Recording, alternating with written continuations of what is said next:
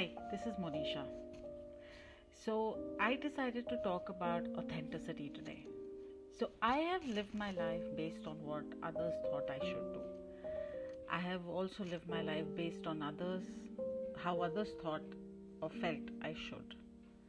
I come from a marriage between two very different people from two very different parts of the world, of the country. We spoke only two languages at home, Hindi and English. I thought my mother tongue was meant to be the language that was spoken by my mother till I was told no, it was Bhojpuri because my dad was from UP. When I went to the village, I was this city kid who was entitled and better off than others. When I went to my mother's house, which is my mother's parental home, I was the product of a village. So people made fun of my dad's background, which I found extremely offensive, but I never said anything. So I grew up this totally confused person, not knowing where I truly belonged. A horrible situation for any person to be in, because technically I was a hybrid. But it was not till later that I decided to own it. But here's the thing, I spent most of my life in a state of limbo, and that has its repercussions and its drawbacks. Honestly, it wasn't easy just owning anything till I realized I was looking for this validation from other people when I didn't need validation at all. For years, and when I say years, I mean decades, I lived my life by standards set by other people. I behaved the way they thought I should behave. I did the things they felt were right. Norms and values that other people had more importance in my life because I didn't even know my own core values. Things like ambition meant I would be a bad wife. My career, if I had any, had to complement my husband's. I had to get married, had to have children, be the kind of mother that appeased everyone else by other people's standards. And for decades, I did just that. Lived my life by standards set by other people. I was a football of other people's opinions. It wasn't nice. I swear it was the most exhausting period of my life than I could have imagined. Then over a period of some time, because changes like these don't happen overnight, I decided I was not going to be dependent on the opinion of what others thought that I should be, ought to be, or was. I was going to set my own trail, whatever it was, blazing trail, on a fire trail, or just a damp trail. It was going to be my trail. Maybe I became a bit of a rebel with a cause. I could not explain or justify. I just knew that what I had been doing just wasn't working for me anymore. Because no matter what I did or how I did it, someone was always annoyed, unhappy, or just plain miserable. And I was unhappy. And I think that was the worst of it. So I chose to not allow anyone to get to me anymore. What felt right to me is what I did. When I lived in Greater Noida, people would ask me where I was from. I said, well, I live here, so I must be a local. Some people found that funny. Whether they understood the implications or not was not going to be my problem anymore. I felt it, so I said it. Because you must also understand that long-winded explanation that my father was from UP, my mother's from Maharashtra, and I'm married to a Bengali was not going to simplify my life, because someone once said, oh, so now you're Bengali. So you see, there was no point to these explanations anymore. I was just tired. And when I stopped being tired, I started being irritated. So over a period of time, I stopped being irritated. I understood that I was still justifying myself. And this justification was not getting me anywhere.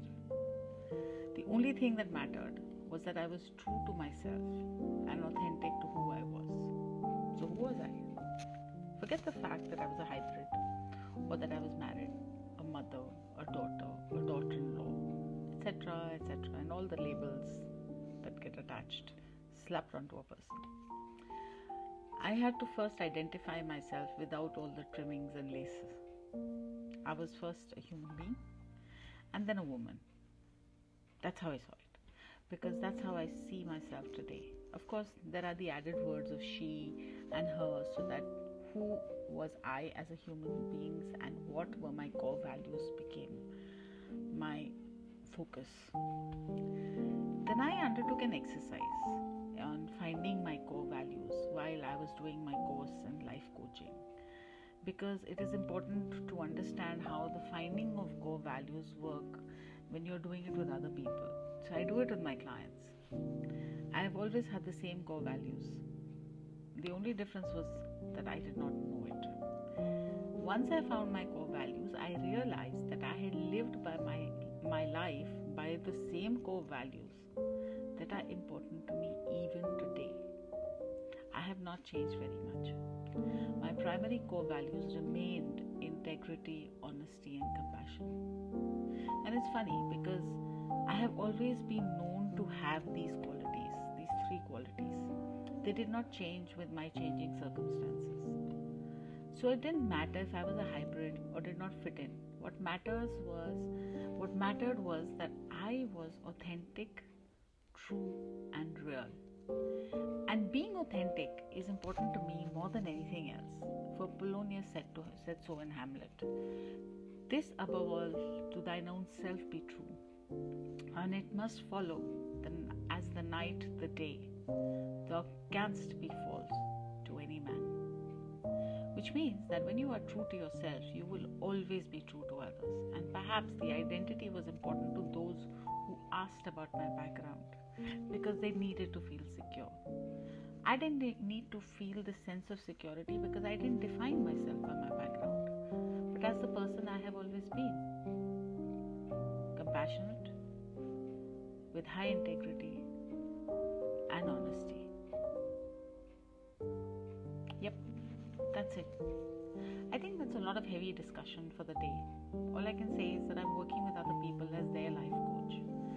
I bring my own experiences and my learnings to the table because I have lived a life that I can understand and sort of that helps me empathize with other people. Probably most people undergo a bit of an identity crisis. Everyone is like an onion, with layers like an onion. And to get to the core of a person, you need to peel back the layers, one at a time. It's time consuming, but it's worth the effort because what you get is a process that a person spends finding themselves. It's not always pleasant, but it's not always simple. But at the end of the day, it's worth it, because if you're being authentic, then you're being true to yourself. And when all is said and done, the most important thing is, are you being true to yourself? So if my story resonated with you or with someone you know who to contact to work with you and find who you truly are and perhaps your purpose as well. So this is Monisha and I'm signing out. Stay well and season's greetings and a wonderful new year to you.